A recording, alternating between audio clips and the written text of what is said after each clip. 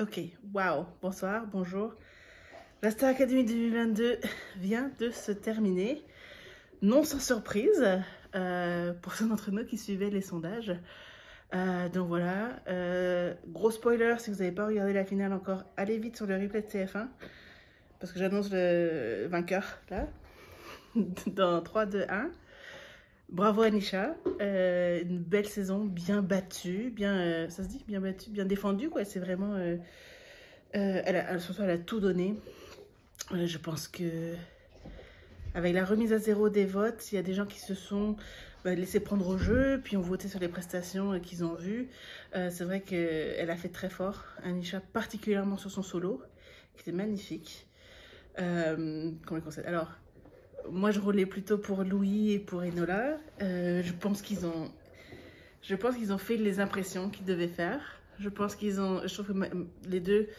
Bon, Enola était présente plus longue sur le prime, mais je trouve qu'ils ont fait vraiment de belles prestations dont ils peuvent être très fiers. Et je pense qu'ils ont été remarqués par les gens qui se doivent de remarquer ce genre de talent. Donc j'ai hâte à la suite.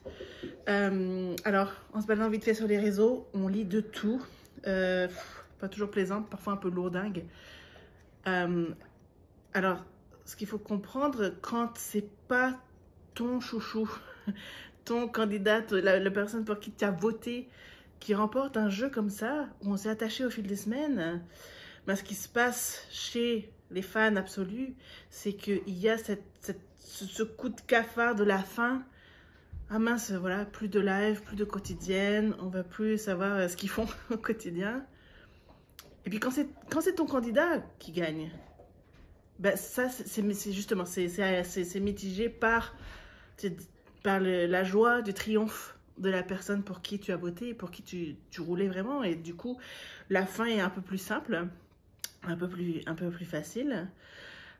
Bon, c'est pas un drame non plus, hein, voilà, mais pour les personnes voilà, qui voyaient Léa gagnante ou Louis ou Enola gagnante, non seulement c'est la fin, donc il y a cette difficulté-là, et puis en plus de ça, il y a le doute à savoir est-ce qu'il va arriver les choses qu'on aimerait pour eux. Voilà, des chansons, des albums, des belles collaborations. Bon, à voir. Mais c'est ça qui explique un petit peu, voilà. J'ai vu des choses pas très tendres, des gens qui disent, alors les fans de Intel, comment vous sentez maintenant? Bon, c'est pas productif et c'est un petit peu c'est un petit peu l'absence de conscience de ce qui se passe. Voilà, donc je voulais juste dire ça rapidement. Après, bon, moi je ne sais pas m'empêcher de dormir qu'Anisha ait gagné. Je vous ai dit au fil des semaines que ces interprétations ne me touchaient pas forcément, surtout quand je l'ai jugée un peu à côté de la plaque, à mon goût personnel. Mais voilà, après je lui reconnais un grand talent de chanteuse, un grand talent d'interprète aussi, hein, quand elle reste dans la sobriété. Parce que je dirais, oui, dans l'humilité, la sobriété. Donc voilà, je lui souhaite de belles choses, de belles chansons qu'elle aime. Cette première chanson, ouais, elle reste en tête, elle a une belle mélodie. J'ai pas encore décelé le sens, mais ça viendra. Puis bon, ça n'a pas besoin d'être non plus un texte très fin pour faire une belle chanson, hein. Voilà, donc c'est sympa. Je suis heureuse pour Anisha parce que ça se voit que bon, c'est toute sa vie qu'elle jouait, hein, mais j'aurais été autant, voire plus, probablement un peu plus heureuse pour Louis ou pour Enola parce que c'est eux qui avaient su me toucher personnellement. Mais voilà, il va se passer plein de choses dans leur avenir et Aléa aussi, je l'espère. Sa chanson, elle, c'est un tube en puissance. Donc, hâte à la suite. Voilà, je sais pas si je vais faire un retour sur chaque presta l'une à la suite de l'autre. Ça n'a plus de bon sens, on n'est plus à les juger, à les classer un petit peu, c'est fini.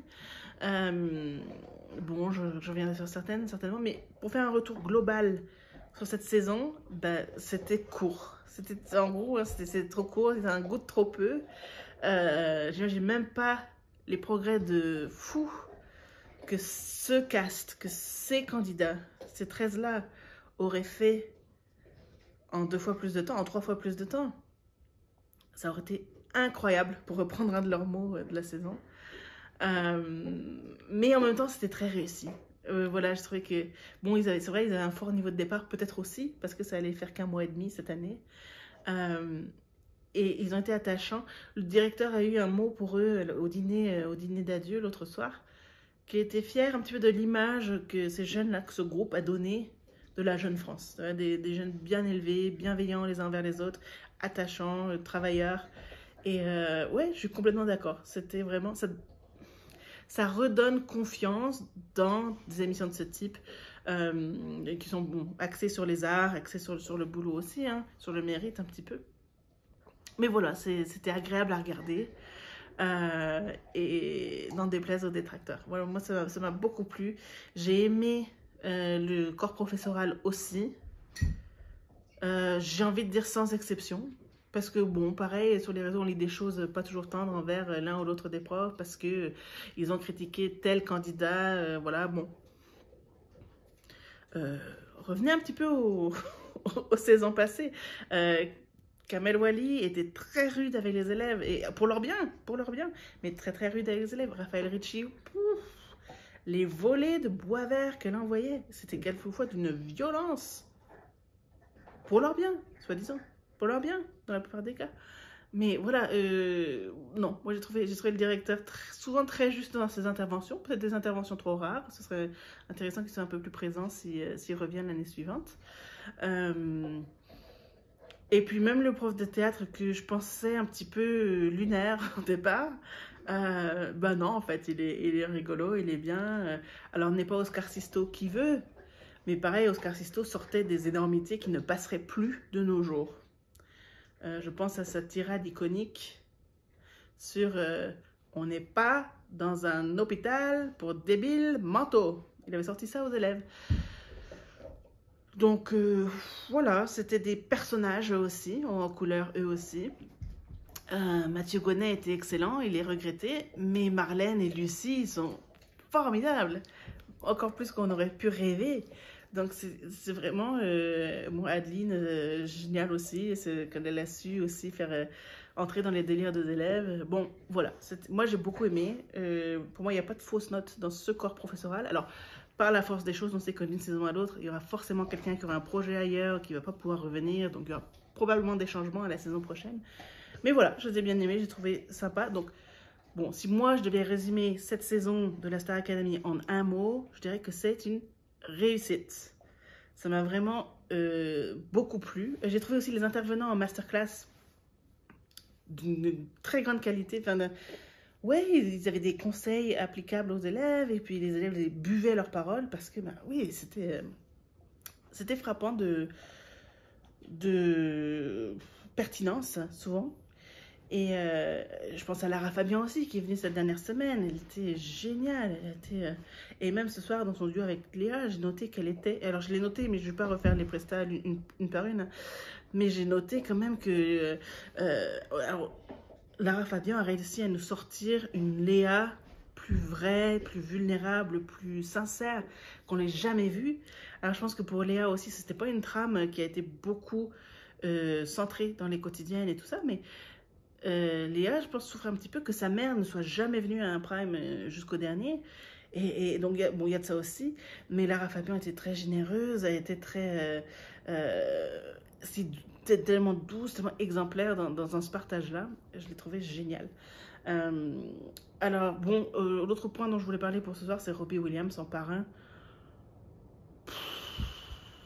Voilà, ça c'est le mot pour décrire l'intervention de Robbie Williams. Il est juste venu faire sa promo, c'est-à-dire que dans les autres années, ça aurait été un prime parmi tant d'autres. Voilà, un invité qui vient faire des chansons avec des élèves et puis présenter son album, etc. Et puis basta. Je trouve que la marraine de cette année aurait dû être Jennifer ou quelqu'un d'un peu plus impliqué. Beaucoup parlent de Slimane qui avait été quand même pas mal impliqué dans cette saison. Il est venu faire un beau masterclass qui a vraiment touché les élèves. Il a vraiment participé à l'écriture de leurs chansons, les invités à chanter sur scène. Il est venu sur le plateau. Bon, pour moi, c'était justifié. On n'a pas forcément besoin d'une star internationale si c'est pour avoir une visite comme ça qui vient monopoliser la finale, remettre le trophée alors qu'on avait une ancienne gagnante en plateau qui aurait pu transmettre le flambeau. Voilà, j'ai trouvé ça hyper dommage. Alors, en parlant d'ancienne gagnante, on a eu Nolwenn qui... qui ne lâchait plus le micro, qui avait des choses à dire, qui était ému, qui avait plein de choses à partager avec nous.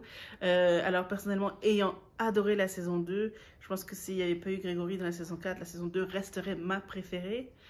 Ben voilà, ça m'a plu qu'elle ait fait allusion voilà, au fait que oui, il y a presque 20 ans, elle était sur ce même plateau, parce que pour la finale, ils sont revenus sur le plateau, donc qui est maintenant celui de Danse avec les stars, je crois, mais le plateau le plus grand de TF1, qui était le plateau historique de la Star Academy. La Star Academy, à partir de la 2, hein, je pense, s'est fait exclusivement sur ce plateau-là. Voilà, qu'elle a chanté Lettre à France avec Houssine, et puis elle a eu une pensée à ses camarades de promo. Voilà, c'était attendrissant de voir Nolwenn porter ce regard maintenant, ce regard nouveau sur les nouveaux élèves et leur souhaiter tout le bien qu'elle leur a souhaité. Alors, parlons des autres invités, peut-être. Donc, Michel Polnareff sur Lettre à France. Alors voilà, il y a encore le parallèle avec Houssine et Nolwenn qui avait chanté ça, mais dans la douleur et la force, et c'est une très belle collégiale entre deux. Enfin, c'était une chanson qu'ils ont fait en finale, hein, un très beau duo qui avait mis tout le monde en chialade, pas possible, on était en larmes dans le public et c'est sur le plateau. Et puis là, par contre, voilà, la version de ce quatuor final, je l'ai vraiment trouvé un peu plus dans la douceur, dans la tendresse, dans le plaisir de chanter ensemble, le partage. C'était doux. C'était touchant, c'était émouvant aussi, hein, mais ça l'était d'une autre façon. Et bon, j'ai noté que TF1 devait bien à Polnareff une invitation pour le nombre de fois où ils ont chanté ces chansons. Alors, je suis distraite par le chien un petit peu, hein, il a son jouet là. Le chien, il s'en fout complètement de la star, ça lui a pas plu, ni plus ni moins qu'une autre semaine. Je pense qu'il roulait un petit peu pour Louis aussi. Mais c'est la solidarité masculine. Alors, qu'est-ce que j'ai noté d'autre? Ah oui, alors Louis, sur la chanson, je connaissais pas la chanson de Christophe Maé, Casting. Je la connaissais pas du tout, je l'ai découverte sur ce Prime, je l'ai trouvée complètement adéquate à la situation, je l'ai trouvée superbe. Et encore une fois, Louis a montré qu'il prend sa place d'artiste, il occupe l'espace comme le prodiguait Robbie Williams en début d'émission. Louis, on n'a plus besoin de le lui dire, ça y est. Et il le fait, c'était vraiment super beau. Un vrai duo d'artistes, c'était génial. J'ai mis que, alors, la mise en scène avec Anisha et Soprano, avec la pluie qui tombe du plafond, je me suis dit, tiens, ça c'est la production qui met à profit un petit peu les capacités techniques de ce plateau, les choses qui sont possibles, qui n'étaient pas peut-être dans l'autre, parce que ces extravagances-là, ce type de truc, c'était beaucoup plus fréquent dans les saisons qui se tenaient sur ce plateau d'une semaine à l'autre. Bon, qu'est-ce que j'ai mis d'autre? Alors, le solo de Robbie Williams, j'ai noté, on s'en fout, je zappe. Et puis voilà, alors après, l'annonce des deux finalistes, sans surprise vis-à-vis des sondages, si on suivait un petit peu les sondages d'estimation, hein, surtout ceux qui avaient des milliers de votes, 5 000, 15 000 votes, donnaient Anisha et Nola en tête. Et puis bon, ça n'a pas traîné. Alors par contre, j'ai noté qu'il n'y a pas eu de rappel en début d'émission sur le fonctionnement de cette finale, que les compteurs allaient être remis à zéro, comment ça allait se passer. Donc je pense que s'il existe une portion du public qui ne regarde pas les quotidiennes et qui voit juste les primes, ils ont peut-être pu un peu se dire, tiens, qu'est-ce qui se passe? Il y a peut-être des fans d'Enola ou d'Anisha aussi, hein, certainement s'il y en a de l'une, il y en a de l'autre, qui se sont couchés un peu tôt parce qu'il se faisait tard. Et puis qui finalement auraient peut-être été déçus que leur voix ne soit pas comptabilisée dans la finale des finales. Tant pis, bon, je pense que bon, ça n'aurait pas changé grand-chose peut-être. Hein. Alors j'ai mis que sur les solos, tous les deux avaient été magnifiques. Hein. J'ai déjà parlé un petit peu d'Anisha sur Hallelujah, superbe. Mais j'ai mis que Enola aussi, elle était... bon, il y a eu une ou deux fausses notes vocales, certes. Mais dans l'interprétation, dans la prestance scénique, dans la qualité de son jeu de scène, c'était un sans faute. De ce côté-là, c'était vraiment parfait. Donc, c'était vraiment un tableau mémorable. Bon, le duo avec Robbie Williams, ça s'oublie. Alors, on note sur Angels qu'il y avait une mise en scène quand même assez intéressante, une mise en orchestre aussi. Une orchestration qui était un petit peu... alors, Nico, a utilisé le mot onirique, je dirais quasi religieux. Mais finalement, après, ils ont fini en harmonie. C'était bien. Hein. C'était plutôt pas mal. J'ai préféré Angels à Love Supreme, mais à la base, déjà, je préfère les chansons quand c'est Robbie Williams tout seul qui les chante, je préfère Angels à Love Supreme. Donc, c'est pas une surprise, c'est pas un jugement des filles finalistes. Voilà. Et le dernier duo, Alors, le dernier duo sur Bravo, tu as gagné. J'aime beaucoup ce texte. Et mon frère va rigoler, hein, parce qu'on s'est beaucoup moqué, le plus jeune de Mireille Mathieu. Mais je trouve ce texte en français vraiment super, en fait. Je l'ai trouvé sympa. Et encore une fois, c'était très à propos vis-à-vis de l'émission et des enjeux. Finalement, bon, avec le découpage qui donnait à Enola beaucoup plus les Bravo, tu as gagné. Bon, ça s'est révélé prémonitoire. Mais j'ai trouvé qu'elles ont su toutes les deux, pendant ce duo, faire un petit peu abstraction de ce qui se passait autour et vraiment de prendre plaisir à chanter ensemble et à vraiment partager un beau moment. Puis Nola qui change la fin pour dire on finira bien cette Starac ensemble. C'était émouvant. Et ça a ému les candidats, ça m'a ému chez moi derrière l'écran de mon ordi. Et j'ai trouvé ça vraiment super sympa. Et ça laisse entrevoir voilà, la belle personne qu'est Enola et la belle personne qu'est Anisha aussi. Elle ne cesse de le montrer, hein, de toute façon. Donc voilà, c'était vraiment mignon. J'ai mis leur plaisir de chanter ensemble à crever les yeux. Voilà, c'était presque un moment hors compète. C'était juste beau. Et voilà, alors ensuite Nico s'annonce qu'il reste 2 minutes pour voter, puis on se tape une page de publicité interminable. J'ai envoyé des messages à ma cousine, puis on se disait, mais on n'imaginait même pas la tension sur le plateau, d'attendre tout ça. Alors j'ai peur qu'il y ait encore une chanson après la pub, mais non, en fait, ils poireautaient juste que la pub se termine. Et puis là, voilà, Robbie Williams qui annonce, bon, ça aurait dû être Nolwenn. J'insiste et je persiste et signe, c'est Nolwenn qui aurait dû donner le trophée. Au moins le symbole, au moins de remettre le trophée. Voilà, Robbie Williams peut l'annoncer, on s'en fout. Mais Nolwenn aurait dû remettre le trophée. Bon, j'en démords pas. Voilà, et ensuite Anisha a eu l'occasion de présenter sa chanson. Une très belle interprétation. Et je me suis même demandé si c'était pas en playback, et en fait non. Mais quel aplomb. Après ce festival d'émotions, ce montagne russe d'émotions, tout de suite là, allez, chop chop, tu vas chanter ta chanson. Nickel. Je crois qu'elle a peut-être un peu cafouillé sur quelques paroles, mais ça s'est pas vu en fait. Parce qu'elle a, voilà, elle a appliqué les conseils qu'on lui a donnés. Tu fais comme si tout était correct, tu continues, et c'est passé crème. C'était super. Alors avant de vous faire ce petit récap là, j'ai regardé le retour au château, qui n'était pas un retour au château, le retour sur la saison. Et du coup, je suis ravie que Léa, Louis et Enola aient pu chanter un extrait de leur chanson à eux. Du coup, j'ai déjà commandé l'album iconique qui va contenir tous ces titres-là, y compris les leurs en solo. Je l'ai commandé en physique sur Amazon.fr, que ça me l'envoie dans mon pays. Parce que si je vais sur Apple Music, ça y est pas. Donc j'ai les 7 chansons enregistrées par les autres candidats, mais j'ai pas les solos. Donc ça, il me les faut. Je trouve que ils ont tous un gros potentiel. Alors au départ, j'avais dit, je trouvais que la chanson d'Enola me plaisait un peu moins. Je trouvais que ça faisait trop voilà de Baba après avis. Et puis pour finir avec l'orchestration qu'ils ont fait, qui est beaucoup plus dans les cordes. Bon, certes, il y a un piano, mais il y a plus de cordes et une orchestration un peu intéressante. Du coup, je trouve que ça le fait moins. Et puis la façon dont elle l'a présenté ce soir, avec des paroles parlées, un petit peu parce qu'elle savait que ce serait tronqué, elle l'a bien défendu. Et je pense qu'elle va continuer de bien la défendre. Et j'ai hâte, vraiment de tout cœur, j'ai hâte de voir ce qui devient de ces candidats finalistes. Et puis, j'ai hâte à la saison prochaine. Voilà, je vais vraiment garder un œil sur la trajectoire de Louis, d'Enola, de Léa, d'Anisha aussi. Hein, j'écouterai son album avec plaisir. Et puis j'ai hâte de voir ce que les saisons complètes, version année 2020, parce que les saisons complètes de 12 à 15 semaines avec 16 candidats, voilà ce que ça nous réserve. Le succès sera-t-il de nouveau là? La magie va-t-elle réopérer? Si le casting est aussi qualitatif que pour cette saison raccourcie, ouais, j'ai hâte. D'ici là, alors que va-t-il advenir de ma chaîne? Bon, déjà, merci pour toutes les vues. Hein. Je ne l'imaginais pas en faire tant que ça.